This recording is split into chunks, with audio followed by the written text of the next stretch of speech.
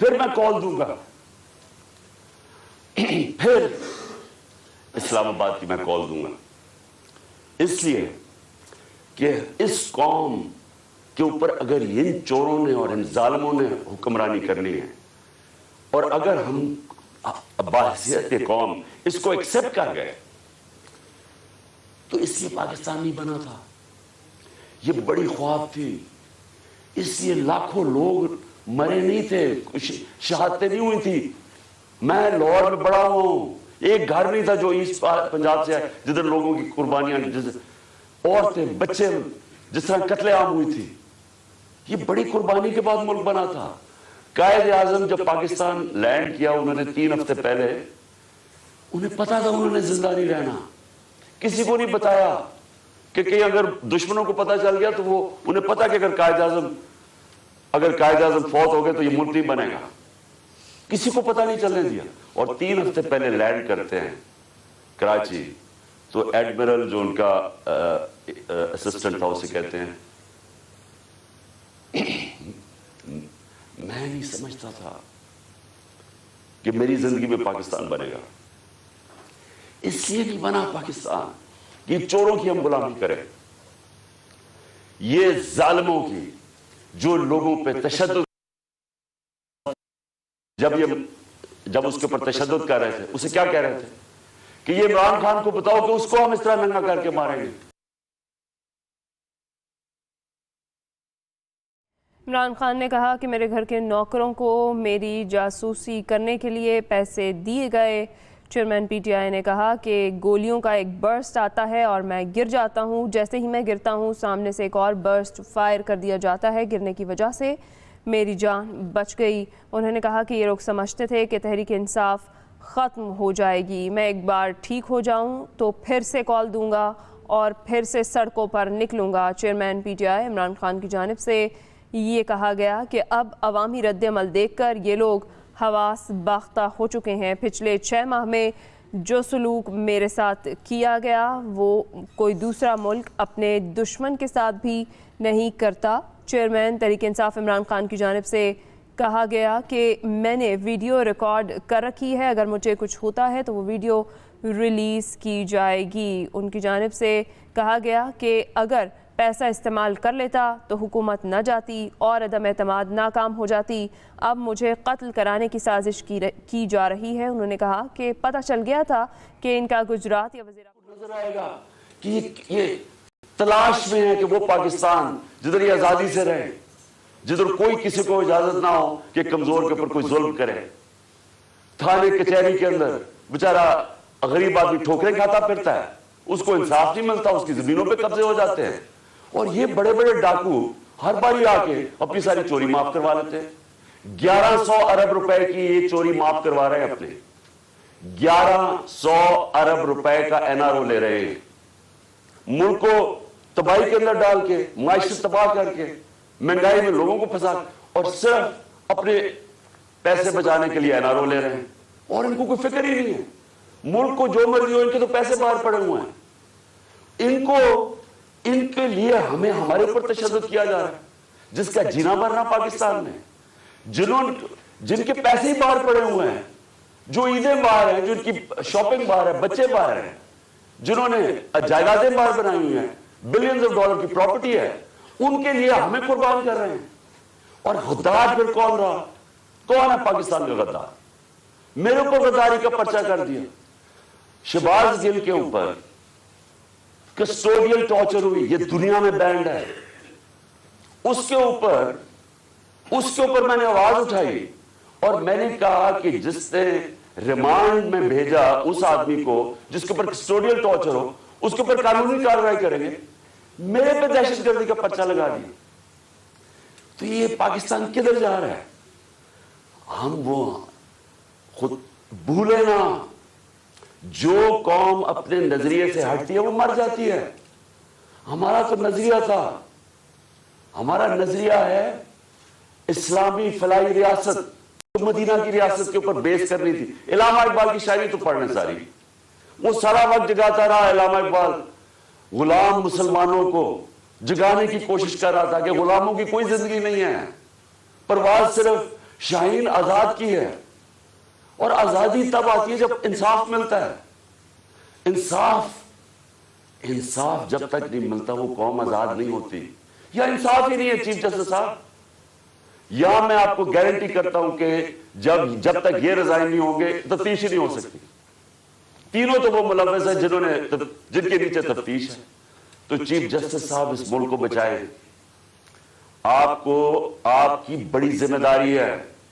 اللہ جتنا بڑا ہمیں مقام دیتا ہے اتنی بڑی ہمیں ذمہ داری ڈالتا ہے. آخرت میں ہماری ججمنٹ ہوگی کہ ہم جو اللہ نے ہمیں نعمتیں بخشی ہیں ان کو ہم نے کیسے استعمال کیا ہے، اپنی ذمہ داری انسانیت کے لیے پوری کی یا نہیں کی.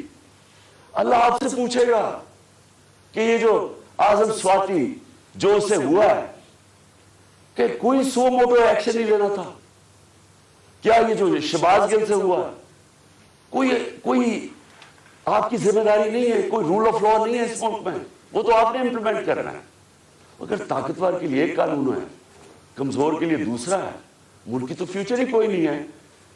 کیونکہ میرے نبی صلی اللہ علیہ وسلم نے 1500 سال پہلے تقریباً انہوں نے کہہ دیا تھا کہ وہ قومیں جو کمزوروں کو، چوروں کو جیلوں میں ڈالتی ہیں اور طاقتور ڈاکوؤں کو پکڑتی نہیں ہیں وہ تباہ ہو جاتی ہے. آج ساری جو ڈیولپنگ ورلڈ ہے وہ کیوں غریب ہے؟ کیونکہ وہاں طاقتور قانون کے اوپر ہے. اور اگر سنگاپور اوپر گیا تھا تو ان کے سٹیٹسمن نے طاقتور کو قانون کے نیچے لے. اس کی سٹوری پڑھ رہے ہیں کہ کیسے اس نے سنگاپور کو اٹھایا.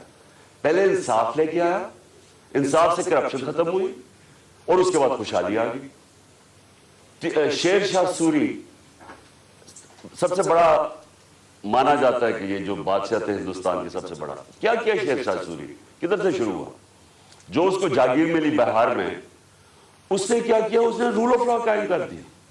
اس نے سارے بڑے بڑے ڈاکوؤں کو ختم کر دیا. اس نے وہاں انصاف کر دیا. سارے تاجر ارد گرد کی جاگیروں سے چھوڑ کے تو شیر شاہ سوری کی جاگیر میں آ گئے. وہاں خوشحالی آ گئی کیونکہ وہاں انصاف تھا.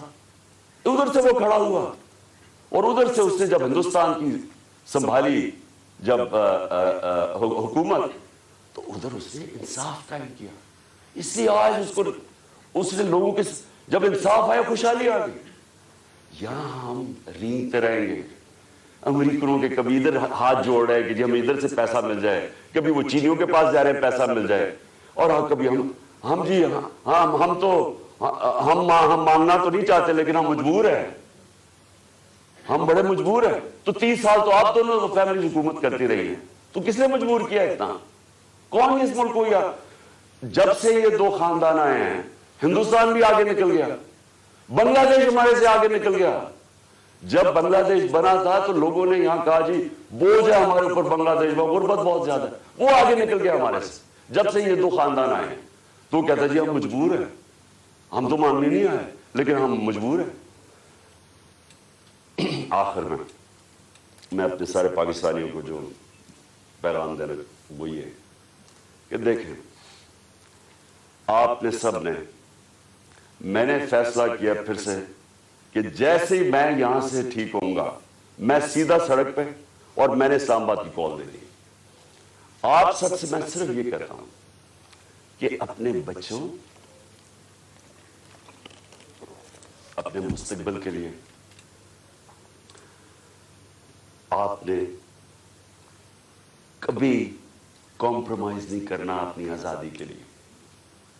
غلام قوم دنیا میں اس کی عزت نہیں ہوتی. ہر ایک پاسپورٹ پوچھے ہمارے پاکستانیوں سے کیا ہوتا ہے، دنیا عزت نہیں کرتی اور وہ قوم اوپر ہی نہیں جا سکتی. اگر ہم نے یہ غلامی کر کے اوپر جانا تھا تو ہم کب 40 سال سے تو میں جانتا ہوں غلامی کر رہے ہیں. وہ کوئی امریکن آتا ہے اس کے پیر میں گر جاتے ہیں، کوئی گورا رنگ دیکھتے ہیں اس کے جوتے پالش کرنے شروع کر دیتے. وہ جب سازش ہو رہی تھی تو مجھے یاد ہے کہ امریکن وہ عورت کوئی امریکن ایمبیسی سے مریم نواز کو ملنے گئی، وہ گھر سے باہر گئی اس کو ریسیو کرنے. اسے ایسے ملے جیسے کوئی برطانیہ کی پتہ نہیں کوئی ملکہ آ گئی. اس کے سامنے صرف لیٹ ہی نہیں گئی کہ میرے اوپر سے چل کے جاؤ جا کے اس کے جوتے نہ گندے ہو جائیں. یہ اپنے آپ کو ہم ذلیل کرتے ہیں ساری جگہ دنیا کے اندر، کیونکہ ہم بیکاریوں کی طرح پھرتے ہیں، قومی غیرت کھو بیٹھے. اور کیوں نہیں ہم آگے بڑھ سکتے؟ کیونکہ انصاف نہیں.